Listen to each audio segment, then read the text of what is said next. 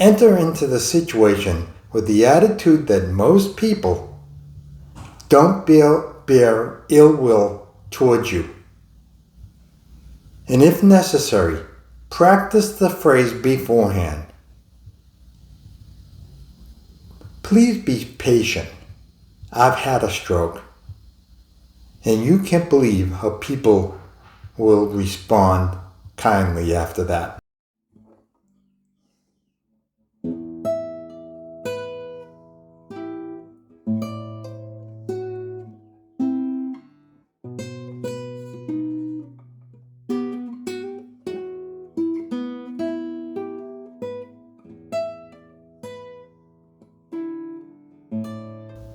Hello, welcome to episode 26. The number one issue you have to, it seems, resolve in order to recover from a stroke. I found that, for me, the number one issue. By the way, episode 26, I plan to make maybe 3 or 4 of these videos and then be done with this project, but it seems to have grown as time went on. I thought of, I should cover that issue. That was so important to help me. Yeah, you have to mention that. And then it's suddenly grown into episode 26. So people wrote to me, what's the timeline of recovery? And so one episode is year by year improvement to show you how not necessarily you, but I achieved it year by year. Anyway, let's get on with the video.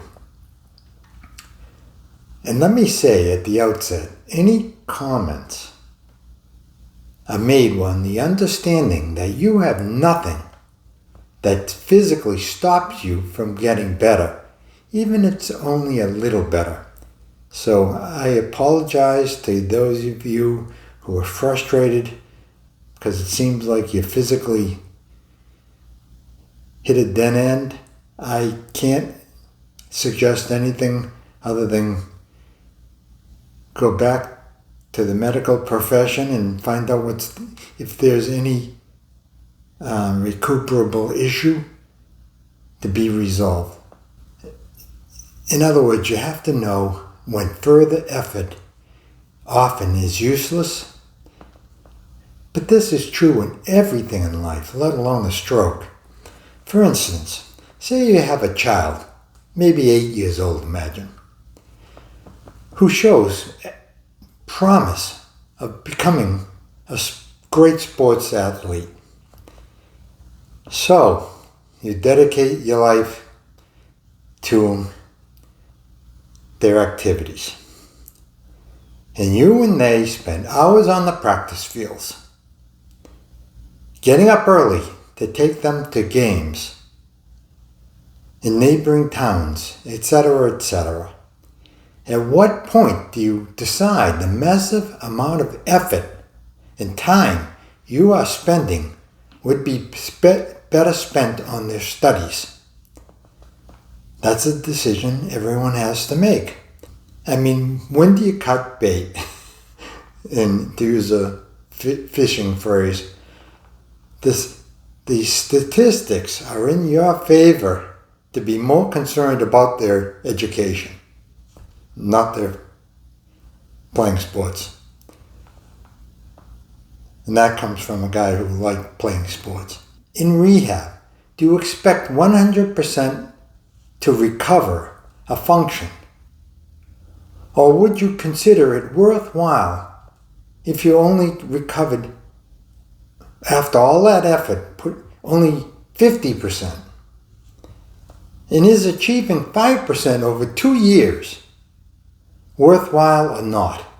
Again, is it time to pull the plug and give up? This is a decision everyone has to make themselves, on their own.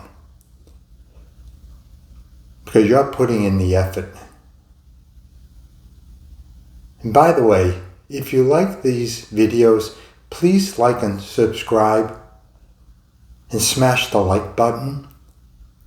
It helps me enormously in spreading the word to so many people that life is not necessarily over. People's comments to me are they use these videos mostly as inspiration or motivation to get them to do things again. So if only for that, it's worthwhile. It is my story, but I hope that in some way it becomes your story, even as partially also. Everyone is individual, and you don't know if your restrictions are in your attitude or entirely your body, or a mix of the two. Often the doctors are very lacking comment, especially at the beginning. I made a video about that entitled Why Doctors Are So Negative. When the stroke happens, you are looking for positive thoughts, but most of you write to me about the doctors being hesitant to commit themselves. And it's understandable. Especially, they are certainly not going to give any guarantees without your trying first. And I might mention this video is a continuation of the theme started in episode 20, The Greatest Impediment to Recovery. So if you ask me to choose the one thing I used effectively in my recovery, I would have to say maybe the number one thing necessary to recover from a stroke is the dogged determination to come out of the shadow of that stroke. Yes, dogged determinationness or determinedness, meaning the ability to go through endless hours of trying something without success and suddenly having a little success, because recovery takes a long time, at least in my case. Maybe not in yours, but in my case, it took me a very long time. Also, the ability to accept the fact that people, if not to your face, behind your back, are gonna laugh at you. That was very hard for me to accept. Believe me, very hard. Let me give you an example of what I mean. That is not physical, but mental. In other words, not being embarrassed when you go to a party and then, let's play a pickup game of football.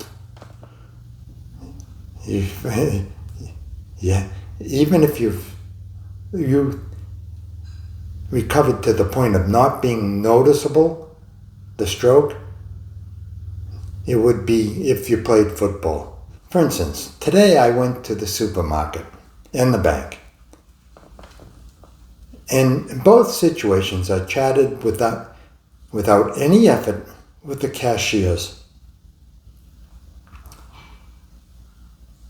And that, typical chat in situations like that. When I first had the stroke, in such a situation, I couldn't respond to simple questions like, how would you like your cash, Mr. Palomino? Or, would you like, in the supermarket, paper or plastic?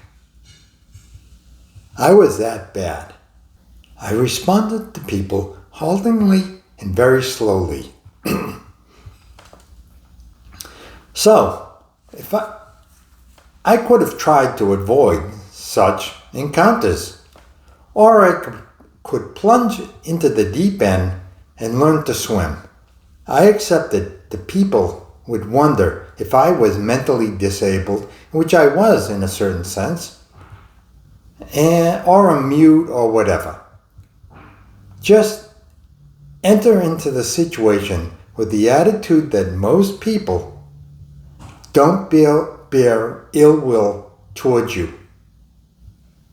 And if necessary, practice the phrase beforehand. Please be patient. I've had a stroke. And you can't believe how people will respond kindly after that. I never started in an advantageous position in life, or had a lot of money, or a family with connections to help me along. Basically, anything I got it through effort. When the stroke happened, it was one more thing to overcome. Not to say I was not aware that I might not be able to overcome the stroke, especially at first. But I had already, in a sense, my tools sharpened and oiled and ready to make the attempt. I truly hope that you take the same attitude. I found it more than anything what saved me in the end. So until next time, I'll leave you with this again admonition. Don't give in to stroke. Thank you.